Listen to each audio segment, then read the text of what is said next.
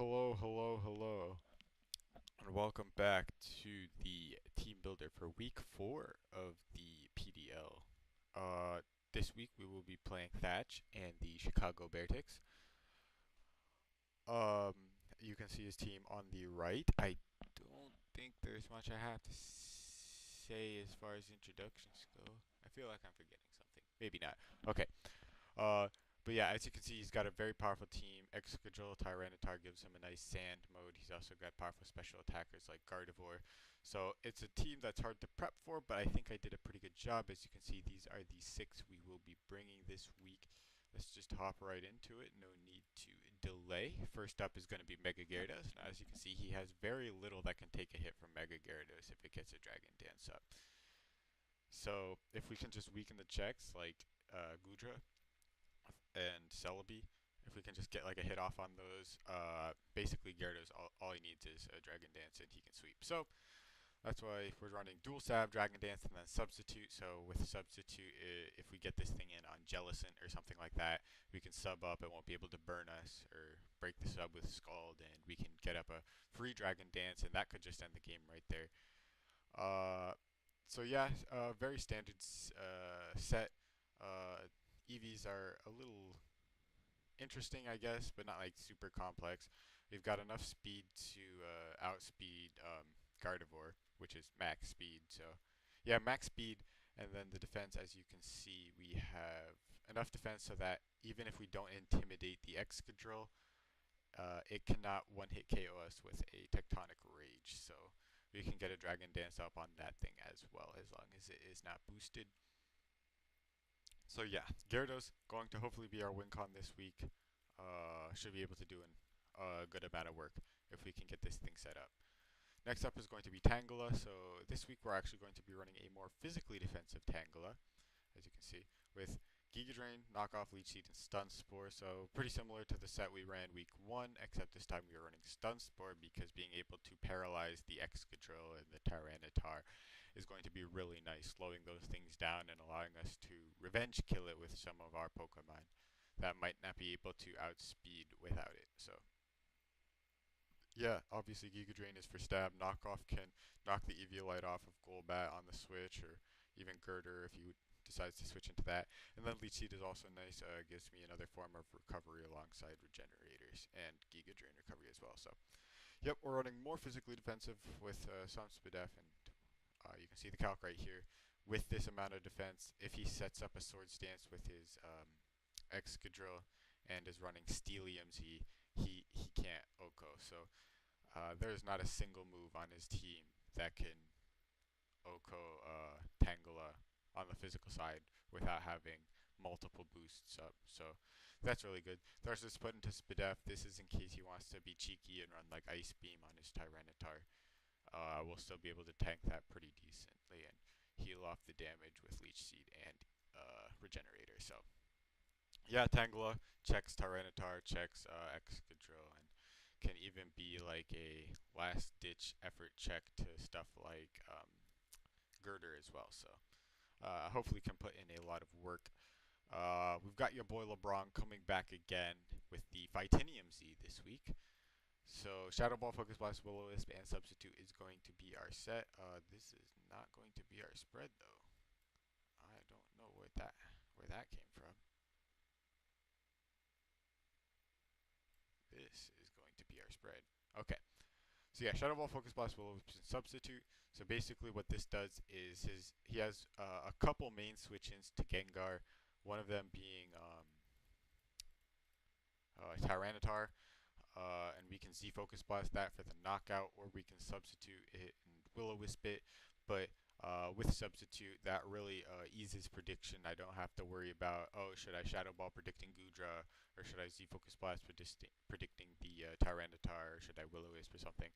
Substitute just gives us a nice, easy play to make if we're in on something like Gardevoir.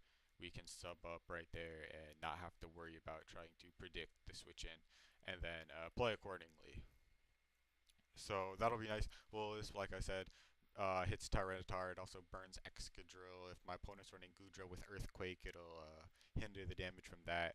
Focus Blast, Z Focus Blast Oko's Tyranitar, it also Oko's Excadrill, and then even after I use the Z Focus Blast, it'll still do a lot to those Pokemon that are weak to it, and then Shadow Ball, rounding off not with Stab, giving him basically unresisted coverage with these two moves. So another potent sweeper.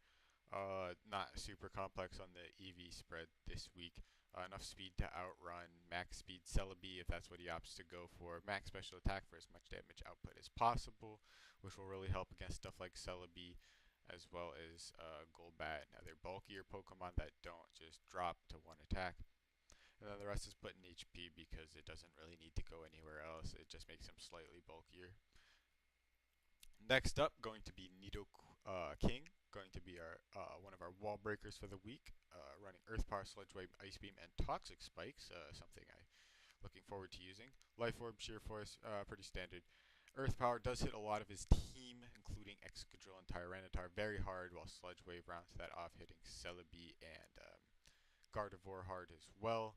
Ice Beam is there to hit Golbat. It also can hit Celebi on the switch if my opponent has, like, let's say my opponent has Excadrill in and it's weakened to the point where Ice Beam kills. I don't have to try to make a play and go for Sludge Wave predicting the Celebi or something. I can just click Ice Beam, and if Thatch decides to switch into that Celebi, is still going to take a lot from Ice Beam. And then of course Toxic Spikes is nice because he does have a lot of grounded Pokemon that are affected by Toxic Spikes. Now he does have multiple ways of removing hazards, but if I can weaken or even get rid of his hazard control, stuff like Tyranitar, Gardevoir, and Goodra are all not going to want to be poisoned because they can be very bulky and definitely do not want to be taking that residual. So as you can see, this time Nidoking's going to have a bit of a fancier spread. The speed allows me to outspeed Gardevoir if it's not Choice Scarf. And the defense, as we are going to get into right here, means that a Jolly Mega Tyranitar's Crunch will never OHKO at +1. So if my opponent decides to run Dragon Dance Tyranitar and not Ice Punch, then I will be able to live the Crunch and then retaliate with an Earth Power.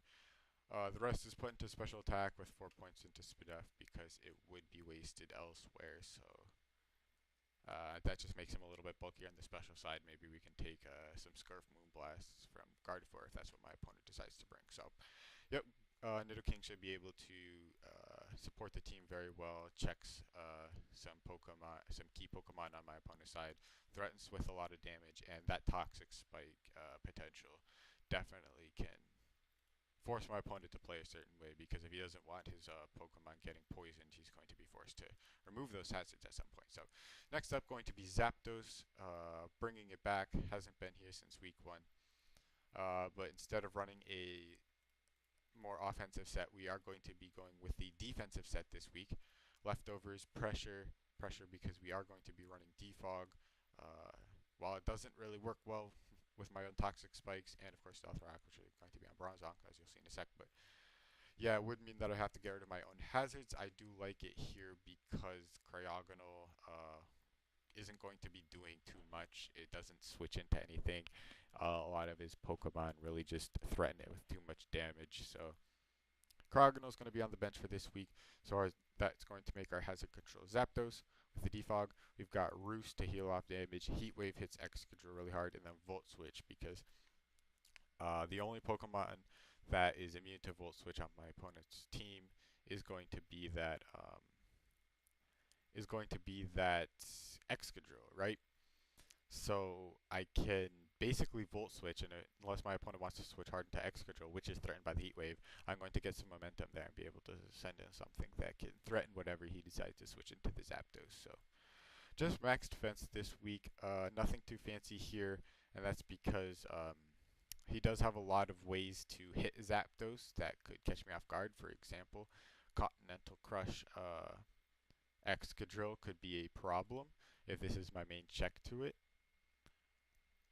I wouldn't want to get hit by that and then get knocked out because I wasn't expecting it. So giving myself max HP and max defense means means that no matter what the Excadrill is running, unless it's like running Swords Dance, Continental Crush, my Zapdos can check it pretty well. And then the last four is into special attack. That allows me to hit Jellicent a bit harder with the Volt Switch. So after Rocks, I have a really good shot at 2-hit KOing the Jellicent with Volt Switch. So if he opts to go for like a physically defensive spread or an offensive spread, obviously Spadef would be taking a bit less. But if he decides to run Spadef, he is prone to getting Toxic stalled by either Toxic Spikes from Nidoking, or we do have Toxic on Bronzong, which we are going to get into right now. Going to be running just max HP, max Spadef on Bronzong this week. No need for defense because we aren't going to be using this to check the physical attackers. As you can see with our ability, we're actually going to be running Heat Proof, and this is because he does have that Goodra, and nothing on our team really wants to take a Dragon attack bar this Bronzong. So while Bronzong can't take Dragon attacks, it is weak to fire, and Goodra does get the Flamethrower ability. But with the Heat Proof ability, that Flamethrower will be doing very little, and basically Bronzong, with the Agua Recycle set that I have been using for the past few weeks, will be able to basically wall that thing as much as it needs to. Also got Stealth Rocks because being able to chip my opponent and make it so he won't be able to switch as much is really, really important because I do not want my opponent getting free switches, which is, again, also why I have Toxic Spikes on Nidoking, forcing my opponent to play a certain way, basically, so he can't switch as much or switch into a certain Pokemon he wants to, is going to be really important in this matchup because he has so much offensive pressure. Toxic is there because that can help wear down the Goodra if I don't get up Toxic Spikes. It also hits the Tyranitar and the Girder and stuff like that. Basically, it allows my Bronzong to play a bit more passively. He doesn't have to threaten everything immediately. He can wear stuff down with Toxic. And then Gyro Ball is there. It hits Gardevoir. It also does decent damage to Mega Tyranitar. It's just a nice stab move in general that I can use to do some damage if I need to. So, yep, nothing too complex from our team, but that is what we are going to be running. Hopefully we can pull it off. Obviously this is going to be one of the most difficult weeks yet, just because my opponent's team is very powerful, has a lot of offensive pressure right off the bat, and I'm going to need to make sure my opponent doesn't get anything like set up and ready to sweep, especially that Excadrill and that Tyranitar. Luckily, those things can get worn down by Toxic Spice, Stealth Rocks, and just gradual chip in general. So, well, not the Excadrill isn't going to be hit by the Toxic Spikes, but you get it. They're not the bulkiest Pokemon in the world. Well, they just have really good synergy, okay? So we're going to need to play well in order to win this week. Again, why this is going to be one of the more difficult weeks. But yeah, that's going to be it for the team builder. Not more I have to say about the team. Hopefully it can pull through. The battle should be going up the day after this goes up, so I will see you then. Thank you so much for watching. I really do appreciate it. And I will see you guys later. So goodbye.